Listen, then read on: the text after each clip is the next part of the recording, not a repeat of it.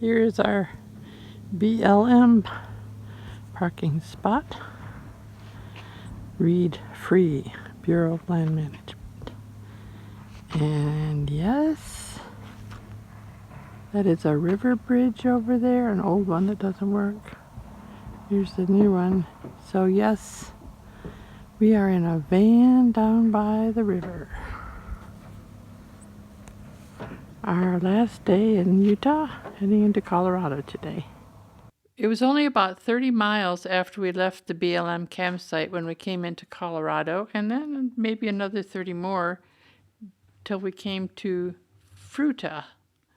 But along the way, we saw a lot of these sunflowers. In fact, we saw them all over the West, and it was really cheerful.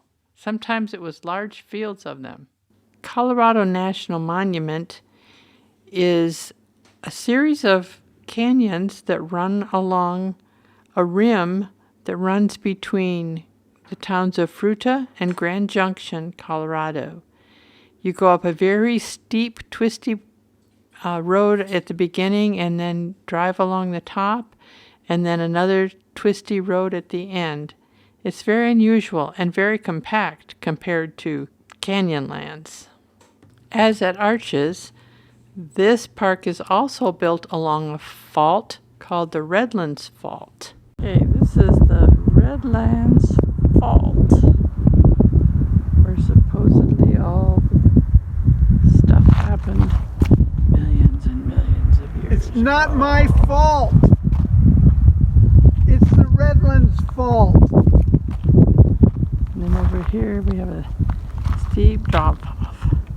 We are in Colorado National Monument today. We met this nice volunteer who was painting the rails, and he was explaining to Art the difference between a national park and a national monument. And the parks are, yeah. Yeah. You know, I mean, we get a sign out on the highway, you know, just as you come into Fruita.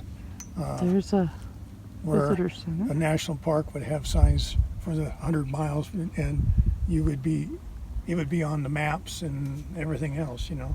It's much more advertised.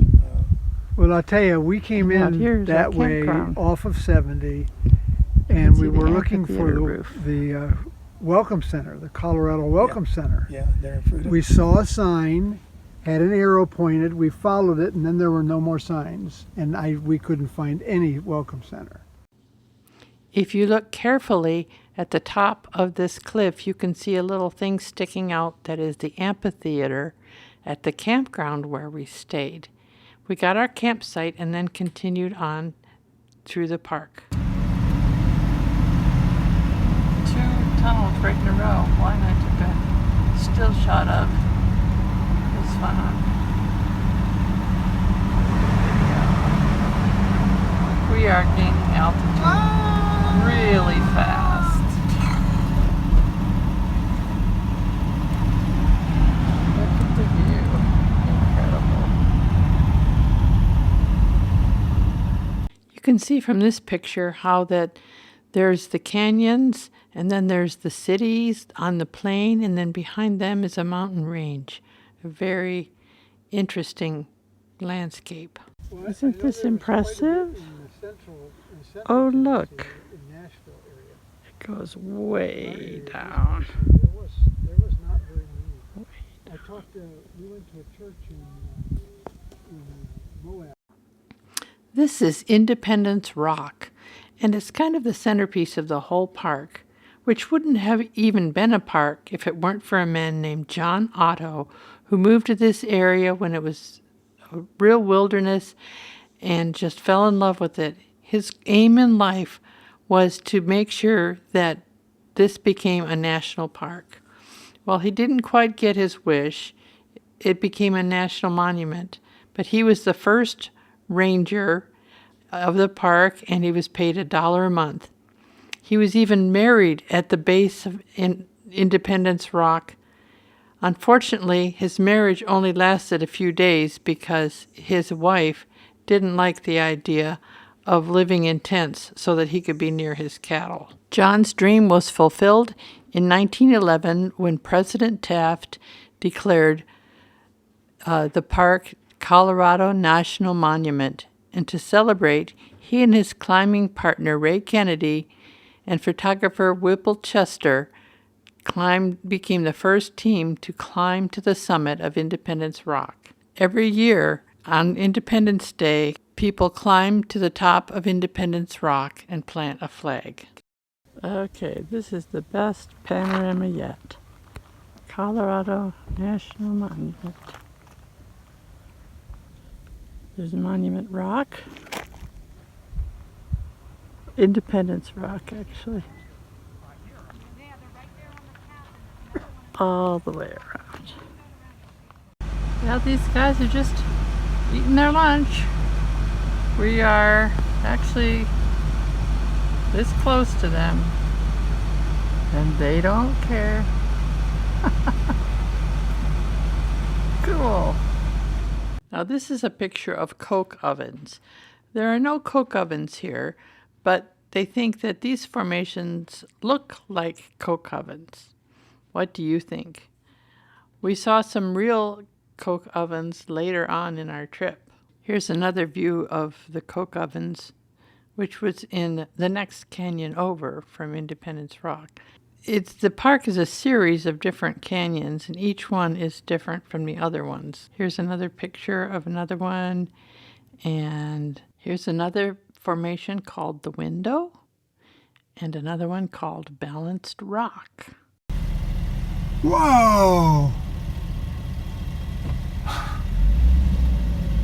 They just climb right up that rock. Come on, go up it. There's one up there. Right up the rock. Beside the mountain goats, we also finally got to see a bighorn sheep up close. He even turned and posed for us. This is a tunnel at the other end of the park. One end is in Fruita, the other end is in Grand Junction. Here we are. Oh, this is cool. Going through narrows. We've definitely come down in altitude with lots of switchbacks. Lots and lots and lots of switchbacks.